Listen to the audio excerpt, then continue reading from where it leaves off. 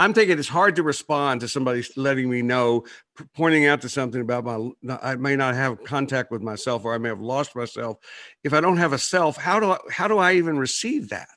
Well, again, it's presence of self. So I think you need a really good therapist that specializes in trauma. I'm going to be quite honest. I think someone that does maybe Gestalt work, but somatic work, EMDR, tapping, anything to get that person back in their body.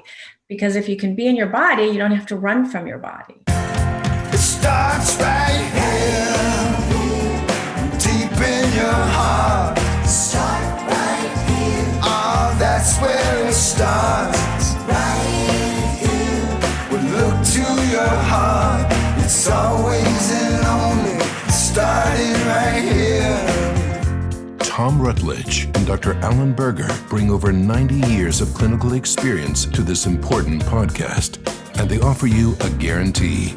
You will gain something of personal value from each episode. And now, what matters most. It starts right here. Start right here. Welcome back to Start Right Here. I'm Tom Rutledge, and with me is Dr. Alan Berger. Alan, how you doing? And I'm going to let Alan introduce our guest today. Someone's been brave enough to come talk with us today. That's right. And let's hope she won't have to be too brave as this conversation goes on, and that she can just be relaxed and share with us a lot of her insights and wisdom. I'm doing better. Everybody's asking how you recovering from COVID. And right now, the major symptom I'm left with, I still haven't recovered all of my taste yet, but that is not stopping me from eating, unfortunately. I wish that was one of the effects. But the main thing I'm left with is fatigue. I get these bouts of unbelievable fatigue. It's like all my energy drops. I mean, I sit there, I must look catatonic in terms of the level of the low level of energy I feel. Jess says, "Are you okay?" And I go, "No, I'm just fatigued. I can hardly move off the couch." I mean, it gets to that point, but thank God those periods they may be at the most last 2 hours. And then all of a sudden I seem to come out of them. It's weird. They've got this weird rhythm going on. So, well, it could be worse. You could have little kids. Well, wait, I do. Yeah, right. It's like, Daddy, they decorate me now. They thought I was the Christmas tree is what happened the other day. I was sitting so still. They just started hanging ornaments on my ears. I think that's great. They should. I want a picture. Well, look, we're so excited that we've got a dear friend of mine and someone I've known, and kind of we known each other for 15, 20 years now, I think, Sherry. It's been a long time. Sherry Gaba is with us today. She's the author of a new book that's out. And this is your second book, I understand, Sherry, right? Yeah. And it's called Love Smacked. And we're going to ask you about it here in a minute. But, look, your career has been incredible. You're a licensed therapist. You have a very busy private practice. You've worked with treatment centers. You've done so many things. And then you were also a part of Celebrity Rehab. Right back then. And I saw some of the sessions you did on that with some of the spouses of people, and you've just been doing a lot of great work in the field for a long time, Sherry. But what are you excited about now? Could we start with that? I'm excited to be here with you two guys because I have known you for such a long time. Yeah. And we've kind of went around the same circles, and I just respect your work, and I'm so happy you have a podcast. I think this is so important, and I'm so happy to be right here, right now with you two. Wow, that's wonderful. That's right back at you. Back at you. We're excited. Now you're our second guest, actually. He's our first guest, really, because John doesn't count because he's just our buddy, That's true. She's our guest. It's like the first guest we have to be polite and pay attention to our manners for. And don't expect Tom to be polite all the time, but he'll try to clean it up. He's got that. Sherry knows me. It's okay. He's a Texas boy at heart. I'm so honored. So you've been mostly just doing like therapy chatting on your podcast. And We, Yeah. it's been me and Alan. Alan and I love to talk, and people have been listening, and we're grateful is that. But it's like this thing has been just an amazing therapeutic thing through the COVID thing for us. Is we have come to depend on each other. It's almost like we call each other up on Sundays just for a support call, and we put it on a podcast. And we've also just really enjoyed. And I would love to have you be part of this conversation today, and maybe other times too. But just we also find ourselves just talking about, as having been in this business for so long, just how we're still fascinated with this work, how much we love continuing to learn and new things and see things in different ways, and how much we just still enjoy doing what we do, and how grateful we are that that we get to do this for a living. So it's like I think there's just an excitement, and I know you have that too, because every contact I've ever had or everything I've ever read from you has been just full of that kind of enthusiasm. Well, it's the variety, we aren't just therapists. We do so many other things, Right. such as this podcast or online summits or writing books or Mhm. Alan. Well, both of you speak and do workshops, Mhm. which Mhm. I haven't done as much of that. Mhm. And then, doing a television show, being a media expert. I mean, we're so blessed and we're old and we're still doing this. So this is a good Yes. thing. That's true. The Really old is there. Well, that comes with the gratitude. I mean, the idea is I think there's just a certain amount of gratitude there's a certain level of gratitude you get that comes with advancing age. It's like, and just being able to stay in there in perspective. And it's like, it is part of it. I love that. It's fun that gratitude comes with humility too. Sure, for sure. If you're paying attention, that's how you can kind of tell whether somebody's paying attention. If they've been at it a long time and they think they know everything, then bit of a problem. Well, when I think of the word gratitude, of course, I think of the program, and I think we are so blessed that we have programs in our lives, because that's what's getting us through this COVID even. I mean, without those tools, without those things, I mean, you can even be a therapist, but if you don't have those tools of living and being able to be grateful for just exactly where we are and accepting what is, all of that stuff makes such a difference during this time, I think. Absolutely. Well, one of the things that Alan and I talked about early on was I shared what a client of mine had said to me, really probably in March or early April, and I was sharing that I was doing the remote stuff, and I was saying that I found myself feeling more tired than usual, even though what I was doing was actually the same thing, just through remote ways of doing it. But she said something that was just very obvious, and we both just tuned into that immediately. She said, have you ever gone through something of this length of time in which you're counseling people in a crisis that you're in too? Yeah. And it's immediately, it was just like, oh, duh. No wonder. It's because we're processing it, we're working it, we're needing the exact same support everybody else is. Yeah, for sure. I was just going to say, when you said Zoom, I think you said remote, like we're all doing. I think that's also adding to being tired, because we're not in person and we're on computers all day, and we're not getting the hugs and the support. We're not connecting in person. It's just not the same. So it is a little more stressful for sure. Yeah. No, you make such a good point, because there's an energy transfer, isn't there? When you're with someone and you're live with someone, this virtual is great. There's a lot of great things to it, because we can do this and not have to be in the same room with each other. But that energy transfer does not come across. And that's something I've missed a lot of. Yeah, I know. I've found ways to start to compensate for that, right? Is trying to bring more of the energy from my end. And I'm finding ways but that's a great point, Sherry. Yeah. That's a different thing, isn't it? It's that we don't get that nurturing that we get.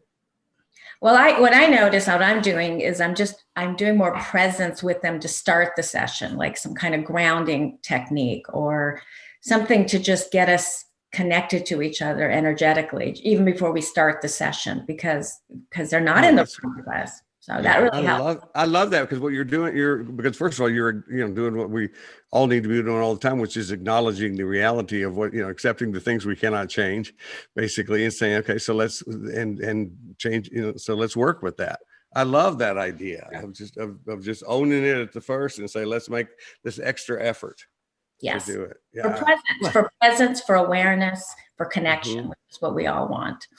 Yeah. Well, it's interesting you say that, because yesterday I have this training program in Gestalt therapy that meets once a month. And yesterday the topic, so I give a little didactic presentation at the beginning, do a demonstration, and then we talk about what happens. So the topic yesterday was what happens at the point that we make contact with someone else.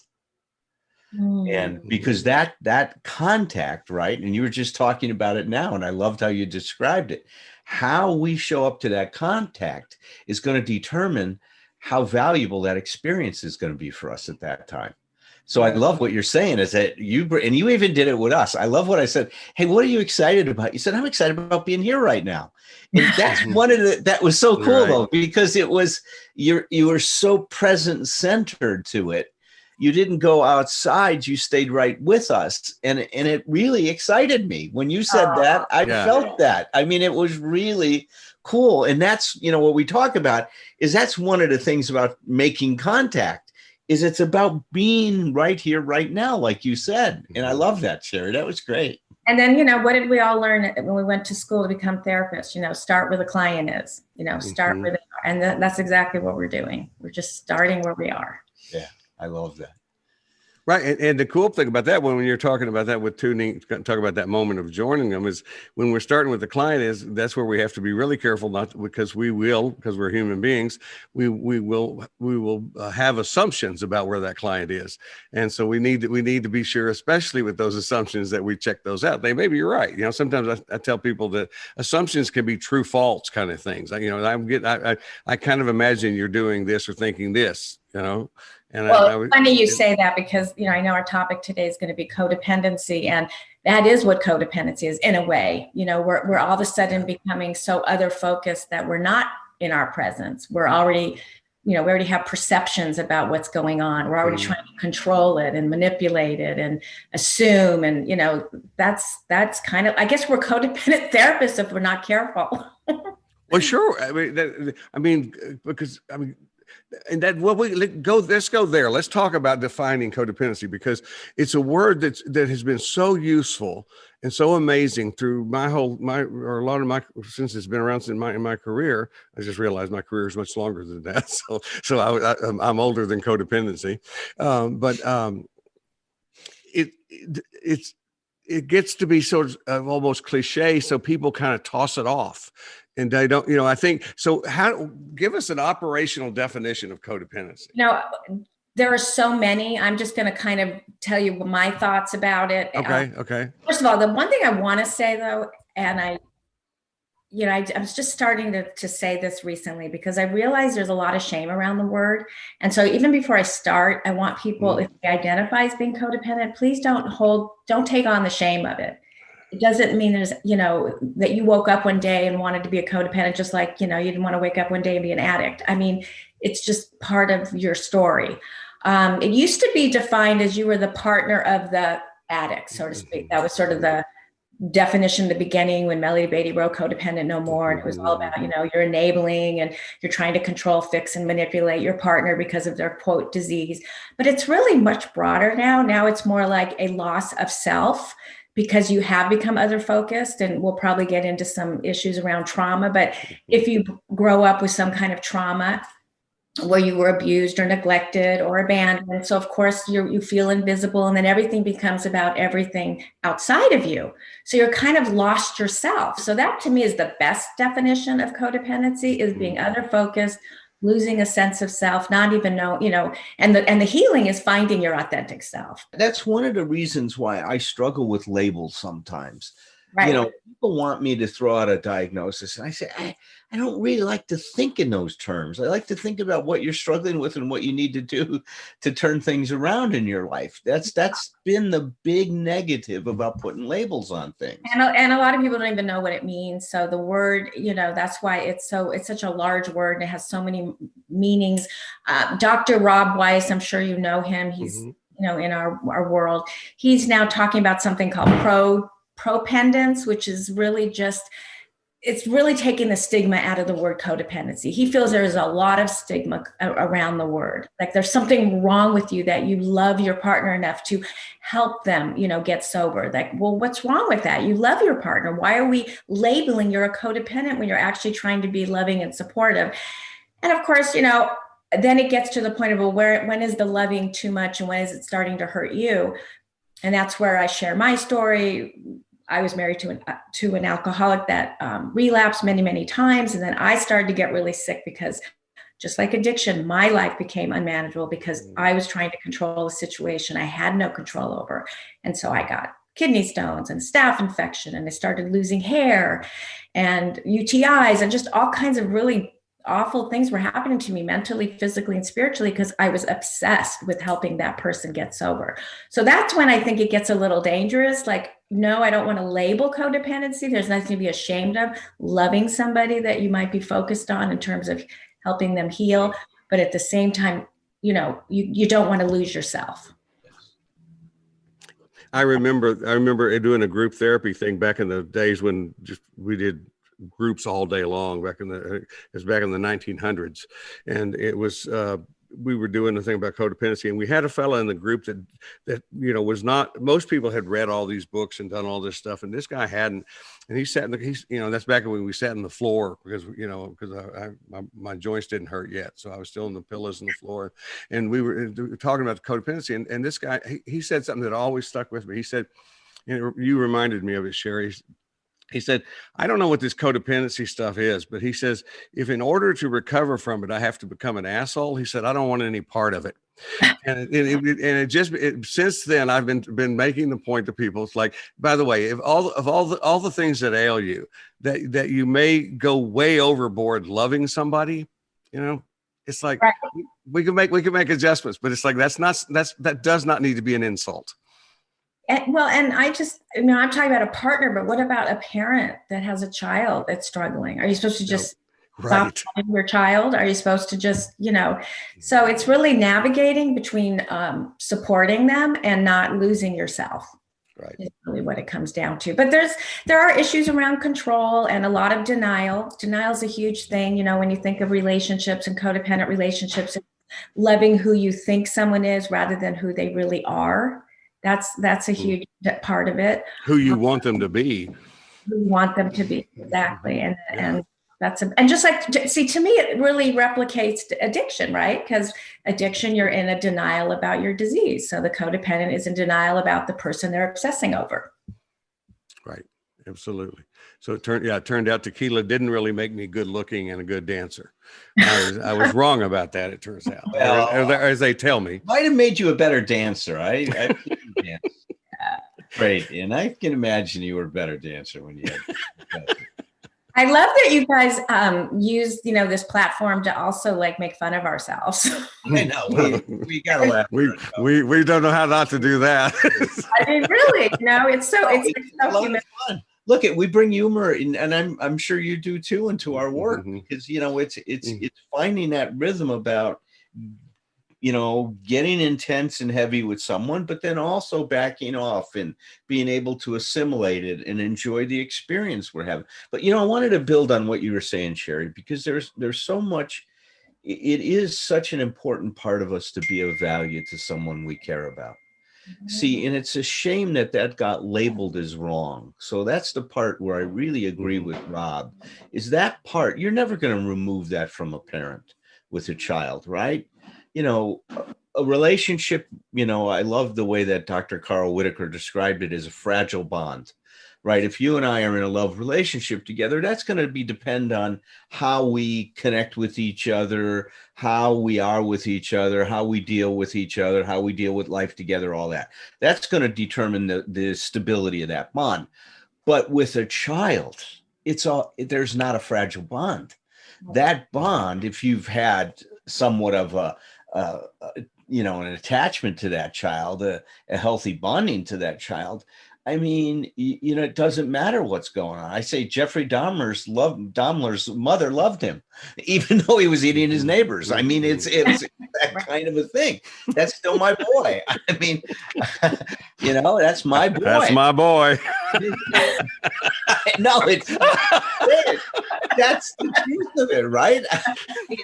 You know, that bond is so.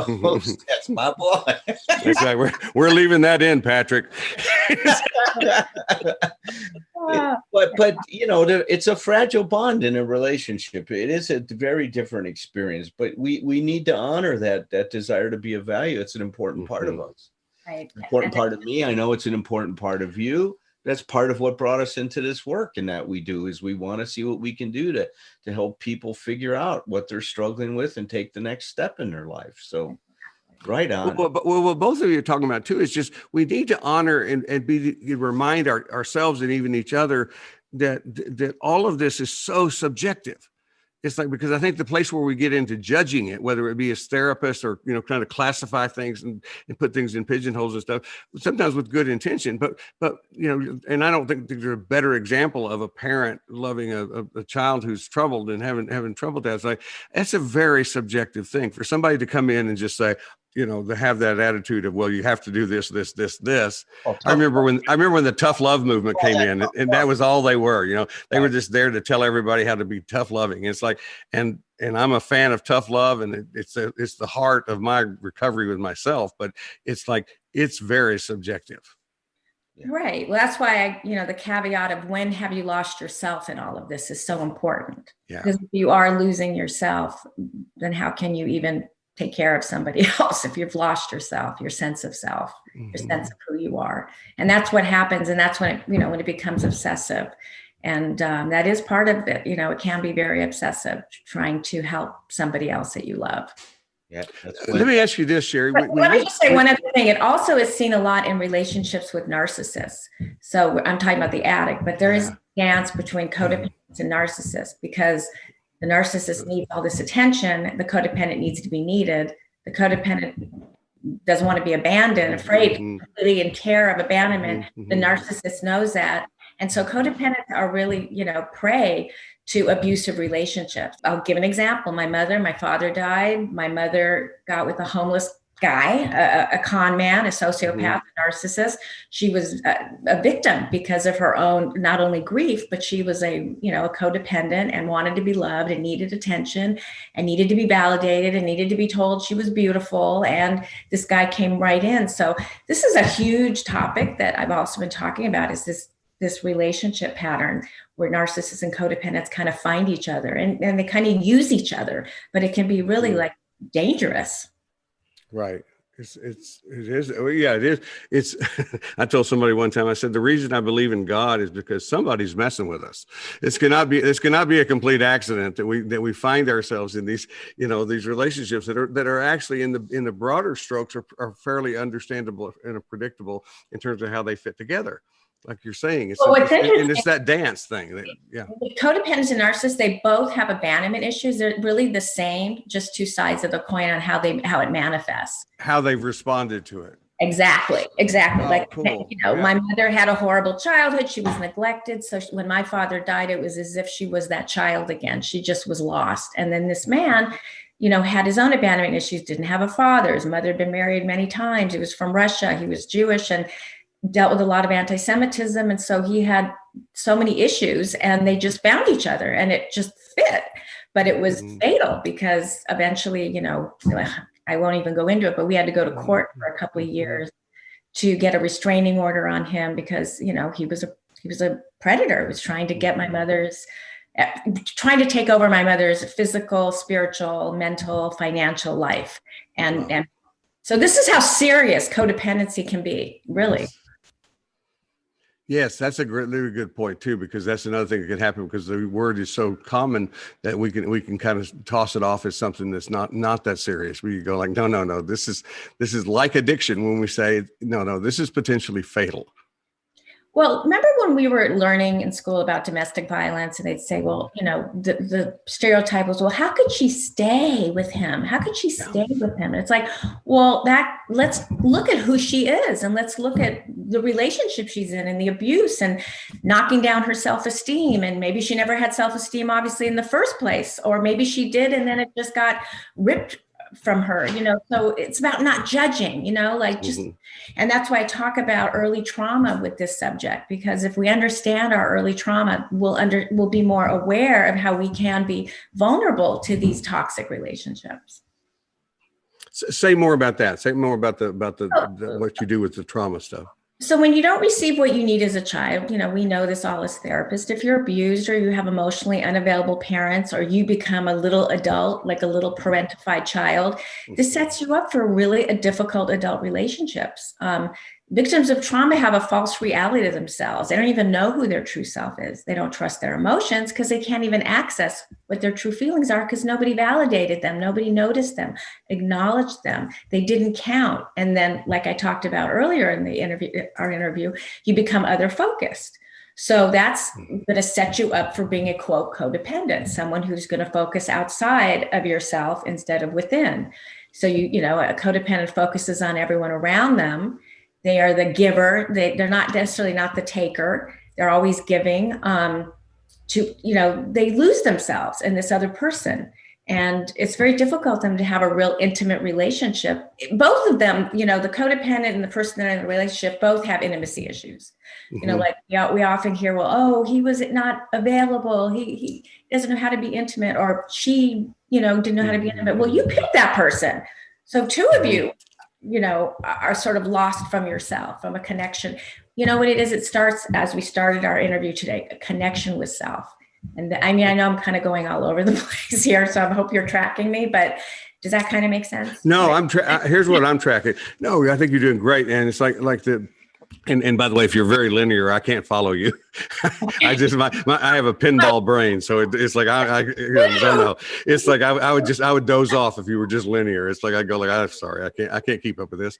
But no, one of the places I'm fascinated with is you talk about the loss of self and not having contact with yourself. So I keep coming back as you're talking to being curious about, I don't know how exactly you present that to a client, for instance, or how you might present it in the book. Maybe it's in the Love Smack. I mean, it's like, how do people respond? Because I'm thinking it's hard to respond to somebody letting me know, pointing out to something about I may not have contact with myself, or I may have lost myself. If I don't have a self, how do I even receive that? Well, again, it's presence of self. So I think you need a really good therapist that specializes in trauma. I'm going to be quite honest. I think someone that does maybe Gestalt work, but somatic work, EMDR, tapping, anything to get that person back in their body. Because if you can be in your body, you don't have to run from your body. And most therapists I don't think we are in this category, certainly not I, but do a lot of talk therapy, but nobody's helping people actually get in their bodies. And that's where it starts. And once you connect with yourself, you can connect with someone else. You can meet someone who is connected to themselves. So what's your experience when you, I mean, this is a broad statement, but so maybe this just comes from an example, but when you are successful at helping a client experience that loss of self, it's like, what kind of response do you see from the client at that moment?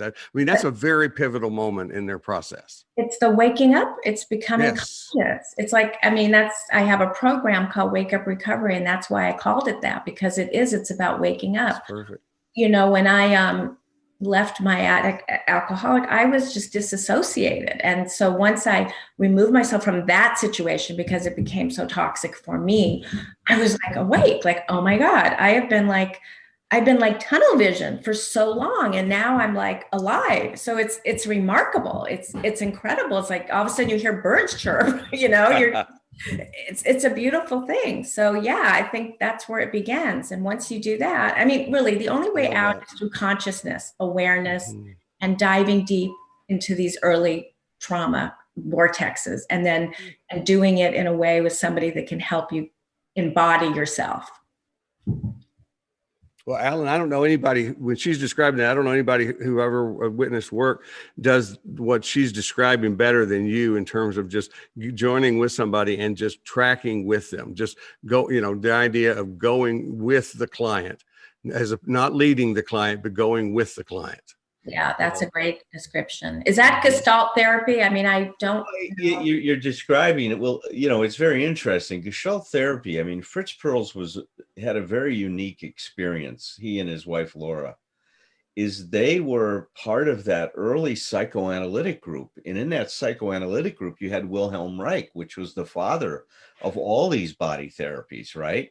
Reichian therapy was the beginning of bioenergetics in the United States. I mean, and all the variations off of bioenergetics. Even Peter Levine's work, his somatic processing is connected to Lowen's work. I can see all kinds of connections when I see Peter Levine work in terms of what we're doing.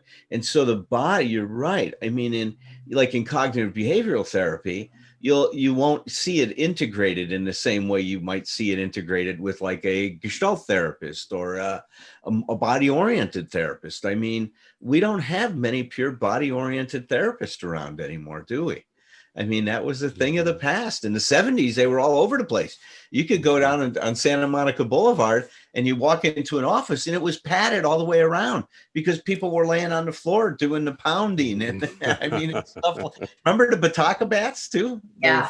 Bats that we had on the tennis rackets on the pillow. I mean, all of that stuff of engaging people at that level that you were talking about of their experience is so important because like you said, if you don't have a self, one way to introduce yourself is to start paying attention to your somatic experiences. Right. That's why I love Peter Levine's work, and that's what I use with clients. And it's not quite where you're banging on a pillow and doing that. It's more slow, and a lot of people can't get so uncomfortable doing it because it is so slow. Like it's like asking someone to just be. That's like the hardest thing you can ask someone. So a lot of people don't stick with it. But if you stick with it, and I know this personally and professionally, it's a life changer. It really is. Oh, it's the subtleties of that stuff too. I mean, and I'm not saying there wasn't great value because there was. I was in all that stuff where the big dramatic experiential therapy back in the 70s and 80s, 90s. It's like screaming and hollering, snot flying everywhere, and when the situation calls for that, we can do that. But the idea of challenging somebody to be patient with that stuff from the inside out. It's like, but I was thinking about this, and I can't remember the exact thing, but it's something you said to somebody on one of your Thursday night things. Sometimes it can be as subtle and as simple as just asking a question about where somebody feels something in their body. Yeah. I mean, it's not even necessarily some big technique or whatever. It's like, it's just, you look at them and you can see that they're feeling it. Where do you feel it? And they go like, oh, it's right in my chest or right in my solar plexus. And it's like, and you'll see it's like, I was a magician for years. I used to do that. And it's like when you do that and that lands, it's like watching somebody see a magic trick. They go like, how'd you do that? Yeah. And it's like, of course I didn't do that. I just asked you the question. Now imagine with today's world of, everything's so fast, the internet and texting and everything's electronic, and try to ask those young people to slow down like that.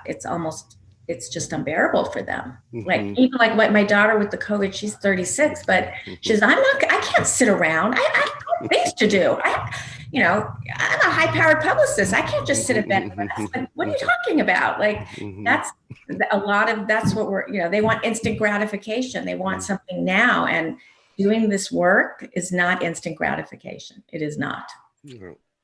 Well, so from being an addict, I know about instant gratification. Oh, yes. Please, now, yeah. Well, I want some instant gratifications. Tell us about Love Smacked. Yes. So Love Smacked, I came out in February. Actually, it came out. It's a reprint of a book called The Marriage Junkie, but I changed the title and I added another chapter on dating. And it's really, and they can find it on Amazon. It's about relationship addiction, being addicted to being in love, feeling it's very similar to codependency. It's having this complete emptiness if you're not attached to someone. That's my addiction, codependency, love addiction. That would be mine in recovery. And it's just the fear of abandonment, a fear of being alone, having anxious attachment issues, always having to be in a relationship, just feeling like you're in the ethers of nothing if you're not in a relationship. So I go through that love addiction, what it is, and I have all kinds of amazing exercises and journaling and meditations and affirmations. It's almost like a workbook and a book all in one. And what I've heard mostly from people is it's just really easy to read, easy to understand, and it's for anybody. It's not heavy with lots of psychobabble. It's just like, this is what it is. This is how you work on it. I love Marriage Junkie. So it's like, if it's that and more, I just want to recommend it to everybody because that's beautiful. Thank you. Yeah, it's the same absolutely. book, except I added the last chapter on dating, codependence, or dating and relationship. The title is great. Love smacked. I love it. Oh, and I looked at the covers. The cover's beautiful. I love the cover. Oh, thank you. Yeah. Thank you. I'm pretty proud of it. I am. And so now I've taken a lot of those tools and I've put it into my membership, Wake Up Recovery, for codependency and toxic relationships. And I know in your show notes, you'll leave a link. And I also offer a free quiz. I mean, you just type my name and Google me and I'm everywhere, but I love to be of service. So take the quiz, the codependency quiz, it'll be in your show notes, and check out my book and check out my membership. And actually the membership, it has a week $1 trial. So it's $1 to join. Mm-hmm. And you guys know how hard it is to put these kind of things together. So it's like I'm giving it away, but you know what? I want to offer it to people so they can check it out first before they invest. And then it's $27 a month. And I go live twice a month. I do group coaching twice a month.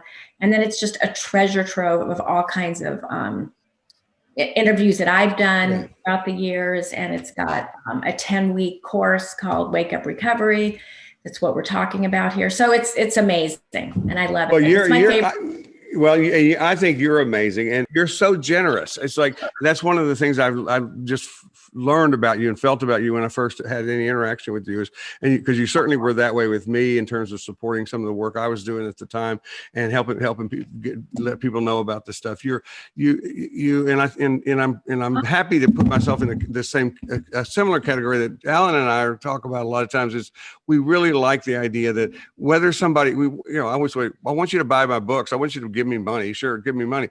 But even if you don't, I want you to come away. If you're looking at my stuff, if you're going to my website, if you're going to that, I want you to come away with something that's of value. It's like, I'm not just here to just hawk this stuff. I'm here because this is the coolest thing in the world to get to do this for a living and be useful and helpful to people. Yeah, we are so blessed. And I think what you're talking about just with each other is collaboration, really supporting each other's dreams, and as we help support our clients' dreams. Right. And this isn't competition. This is just, working together. We all have something to offer. There's room for all of us, every single one of us, to bring and to serve. Right. Oh, I remember when I first had my first job in alcohol and drug counseling. It was actually long before I ever got sober, but I was going to help those drunks. But I remember the people I was working with were wonderful. These were old time AA guys that were running these programs, and we would meet with all the other agencies, on a regular basis. And it's like no competition at all. And what you hear from them all the time was, there's plenty of drunks to go around. Yeah. It's like, and there's plenty of all of this to go around. There's this, and people just, when you find, we just need to find the information is one thing, but finding the person or the persons that work best for you. Everybody's not going to, connect with Tom Rutledge, but they might with Sherry Gaba. It's finding the tribe, you need that support. I mean, the thing that works with the 12 steps is the tribe. So if it isn't that tribe, find another tribe. That's another reason why I created what I created. I want people to know there is a tribe for people struggling with codependency and toxic relationships. There is a place to go. And of course, there's also 12-step programs around the subject as well. So just try different things, see what works, see what fits. Well, let people know about what Alan's doing with this Thursday night group, this emotional sobriety group.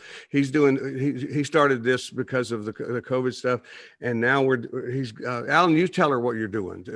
Please. This is so important. Yeah. So when COVID hit, two things happened. I said to myself, God, this is a time to be of service, just like you're talking about, Sherry. And what can I do now to try to pass on some of what I've learned to help people cope with what's going on? Tom and I started a whole video series, Surviving COVID. It was essentially what it was. And we filmed these 12 things together, and we just threw it out there for people to come to. And that spun off into this, into Start Right Here. But then the other thing I did, simultaneously, concurrently, was to start a Thursday night meeting that I called Emotional Sobriety Anonymous. Oh, I love it. So from 7 to 8 p.m. every Thursday night, we get together. Last week, we had 158 people at the meeting. Oh my God. And this is on Zoom? It's on Zoom. It's free. There's no dues or fees. We say the only requirement for membership is that you want to be there. That's it. Is so emotional sobriety. So do you have to be a sober person? No, we're talking about just how to deal with your feelings, really. How do you cope with emotions? Right now, what we're doing is, so we're about 9 months into it. We're taking a walk through the steps and relating them to emotional sobriety. And think of just emotional sobriety. The way I like to think about it is emotional autonomy. Right. It's everything you're talking about in terms of how to take care of yourself, how to be in a relationship, not lose yourself, how to keep a hold of yourself. It's so similar to that's why, Tom, when we were looking at your questions about, hey, these are some of the things we could talk about. God, that's emotional sobriety. That's what we've been talking about every Thursday night. So there's such a nice overlap between all of this stuff. And it's just another way to look at the same dynamic, right? What happens in relationship to somebody when it's not working out well? Send me information and I'll let my tribe know about it. And join us. And down the road, after we finish this, we have different speakers come in and they share a bit of their story or share something they want to share about how to take care. That'd be great. That'd be great. Sure, it'd be wonderful to have. Oh yeah! Congratulations, you guys! How wonderful! So it's really been exciting. Tom's a part of it. So now we're alternating. We're going through the steps. We're on step 2. So Mary Gordon from the Betty Ford Center. She ran the family program for many, many years. Oh, that's the best program ever. Oh, isn't it? They do such a good job in that family program. But so Tom and Mary are alternating with me. And so Mary did step 1. Tom and I are doing step 2. Mary and I did step 1. And Mary will be back for step 3. And then Tom will be on step 4. And we're going that way through the steps. We're taking about 2 weeks on each step, right? We're going to do another week on step 2. By the way, what you did on step 2 this last time, your 10 minutes, Sharon, bringing Father Martin back into the discussion. Yeah. It was wonderful, Tom. Oh, good. It was I appreciate that because I really came away every time I speak in that group. I don't know if I did good or not because I don't know how to speak to blank space. So, when I don't have an audience, it's like it's hard to tell. So I appreciate that. And I'm glad. And God, I was so happy I went back to Father Martin. I just watched this 15-minute Father Martin tape and it's like, I go, oh my God, we got to stay with this guy. What I'm thinking as you're talking, and I'm usually pretty intuitive, is this would be a great entryway for people that aren't willing to do a 12-step program, maybe for an addiction, but they're willing to do it for emotional sobriety. And then they realize, oh my God, this program is awesome. Yes, that's right. That's just my thinking. No, right? I think that's right. Quite a stigma we were talking about before. So many people I work with that putting that label on themselves, I'm an addict or an alcoholic. Now they eventually, a lot of people can get to that point once their experience takes them to rock bottom, and they say, "Well, I guess that's better than me just being a bad person. I'm an alcoholic, right?"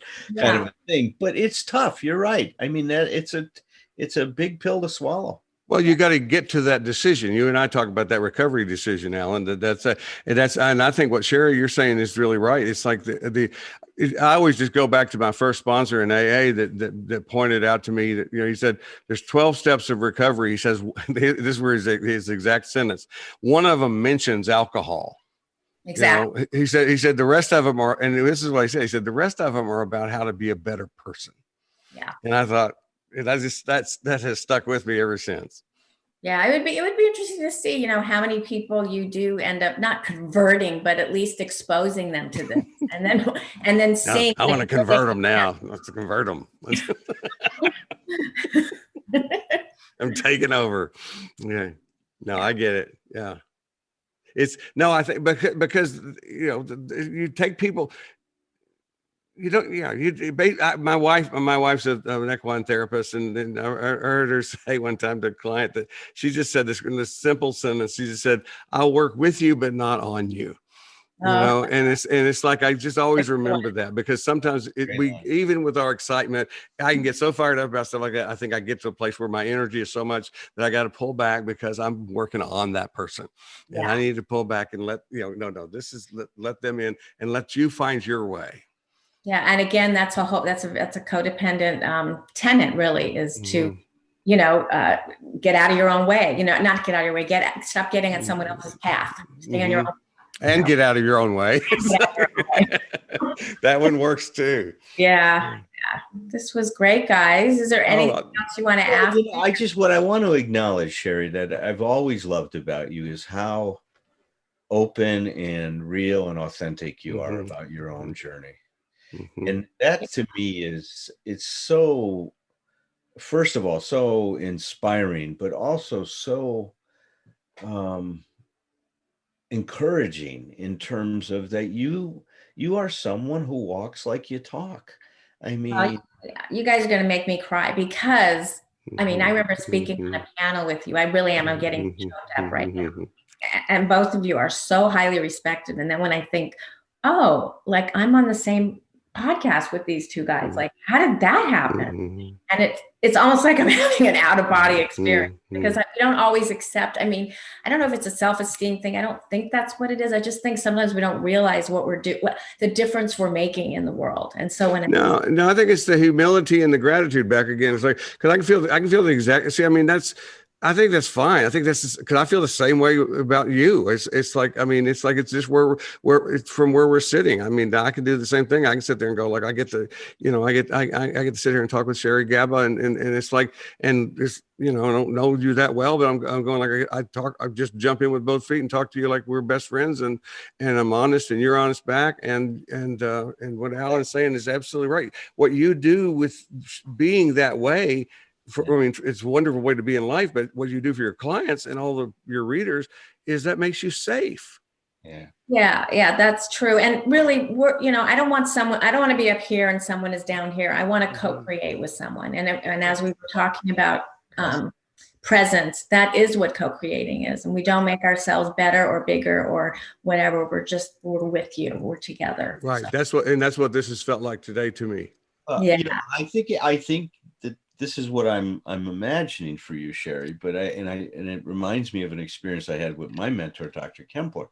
See, I think you felt seen, is that somebody was seeing who you are and what's really important to you and what your true essence is. And I've seen that in you for a long time, just the commitment you have to not only being a professional, but being who you are and being committed to being real and to integrating your experience into your work, right? Being willing to share. I've been in a relationship with someone. I know what it's like to struggle when someone you love is relapsing all the time and you're in this zone of what am I going to do, and feeling so threatened by this disease, that's now invaded the house and stuff like that. I love how you bring that in your work. But I remember one time, Walter, the guy that I trained with, was pretty crusty, right? And kind of he could really get in your face. And he was kind of one of those very, very confrontational therapists, but did it with a lot of support at the same time. But I remember someone turning to him in a workshop, and it was a real tough session he just had with someone. And the guy looked at him and said, I see how much you care for people. And he said it to Walter like that. Walt broke down and started crying. Mhm. He forgot to see that in himself. Mhm. That's right. See, he's so Perfect. usually defending what he's doing and how caring that is that this guy just saw it and cut through all of that stuff.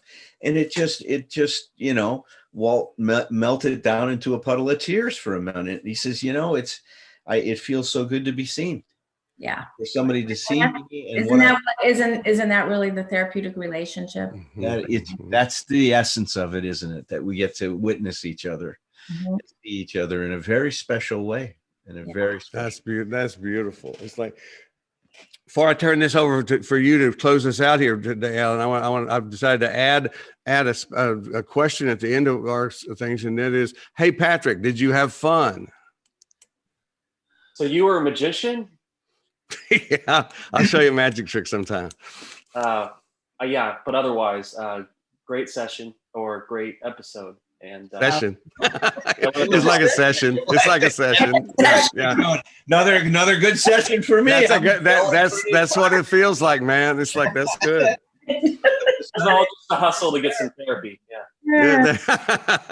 I love it. Now, Tom and I are going to have to disclose this. The only reason we did this was to help you, Patrick. These have been sessions for you to try to add to your growth. Look at Tom. See, This is like the Truman Show of therapy. that's right. That's it. It's all about you, buddy. It's like, good morning, good afternoon, good night. It's like, But thank you so much, Sherry, for joining us. Oh, you're welcome. And I just love the chemistry you guys all have.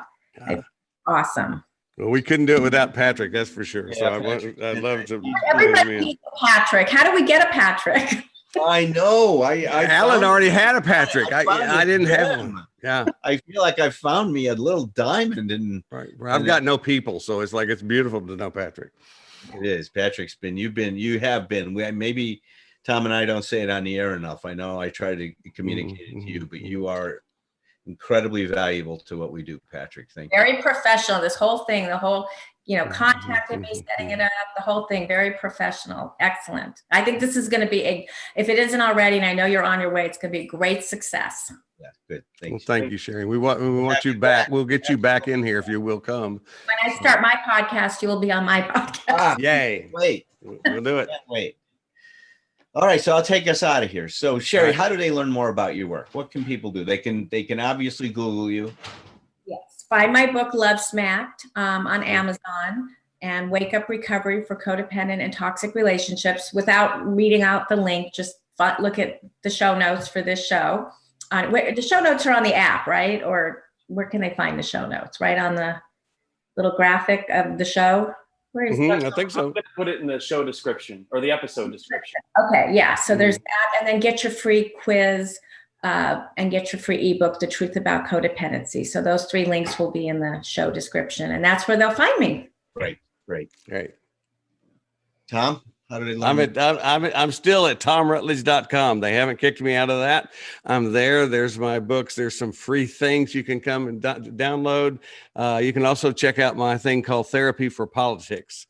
That's there, and in the name of hoping to heal some of our bigger problems with our nation. And I'll be there. I had to smile when you said that. Haven't kicked me out yet. About 4 years ago, when I was at the Evolution of Psychotherapy conference, Albert Ellis was there, and he had just been kicked out of the Albert Ellis Institute. It's only right. How do you get kicked out of your own institute? I mean, here's how you do it. Be Albert Ellis. It's like, what happened to that conference? I mean, not that we're doing still happening. It's virtual this year, which is it's starting actually this next week. Oh, are you still part of that? Like, is that still your thing? Oh, you're thinking about the Evolution of Addiction Treatment conference that I started with Andrew Martin. That's going to be happening. Tom's and I are going to be doing a workshop there virtually. That's still happening. C4 Recovery took it over. Okay, I got it. Raw and that whole group as they're continuing, and they're going to make it a yearly event.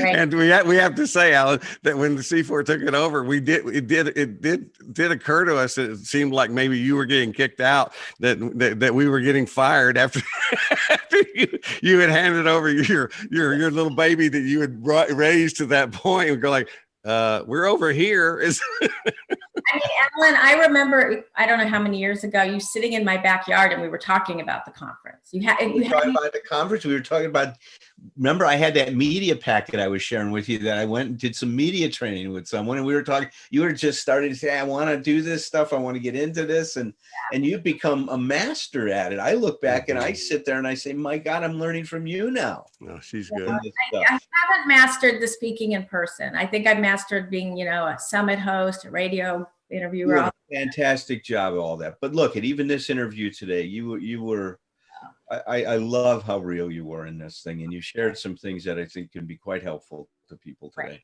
Well, if you want to find out about my work, just go to my website. It's www.abphd.com. Alpha, Bravo, Paul, Henry, David. Whenever I say that, I feel like I'm calling in artillery coordinates. No, I feel like I should duck. Alpha, Bravo, Paul, Henry, David. Fire for effect. That's my Vietnam days. I'm still got some so you can check us out there and join us on Thursday nights. Come and participate in emotional sobriety. The Zoom code and the password will also be in the episode notes. It's a spiral, not a circle. Goes round, round, round. Look for solutions, be your own friend. Never say never in either direction.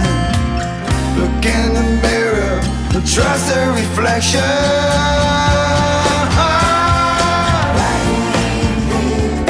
Deep in your heart, start right here. That's where it starts.